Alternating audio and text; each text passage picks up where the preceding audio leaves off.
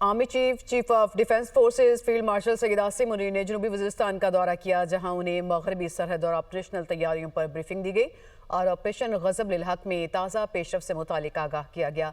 Field marshal ने कहा कि पाकिस्तान में दहशतगर्दी के लिए अफगान सरजमीन का इस्तेमाल नाकाबिल कबूल है।